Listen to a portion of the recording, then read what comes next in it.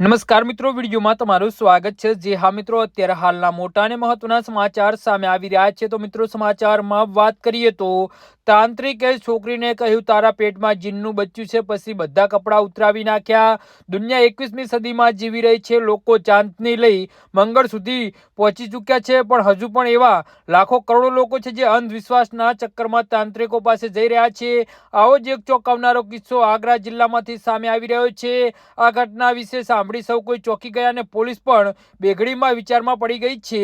તો તાજેતરનો મામલો આગ્રા જિલ્લાનો છે, જ્યાં એક તાંત્રિકની હેવાનિયતનો મામલો સામે આવ્યો છે।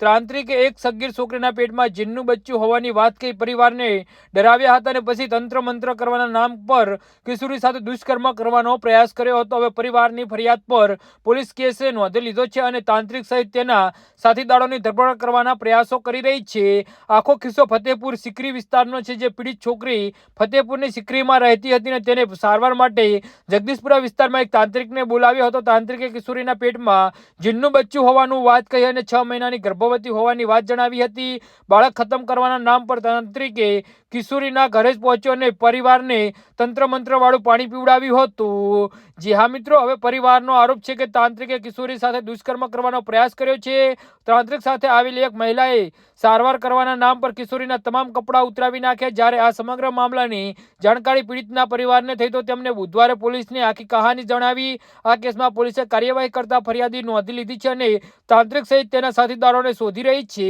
જી હા મિત્રો, તો આના વિશે તમારું શું કહેવું છે તો નીચે મારી કમેન્ટ બોક્સમાં જરૂરથી જણાવજો અને મારી યુટ્યુબ ચેનલને સબસ્ક્રાઇબ કરવાની ભૂલતા નહીં। ધન્યવાદ।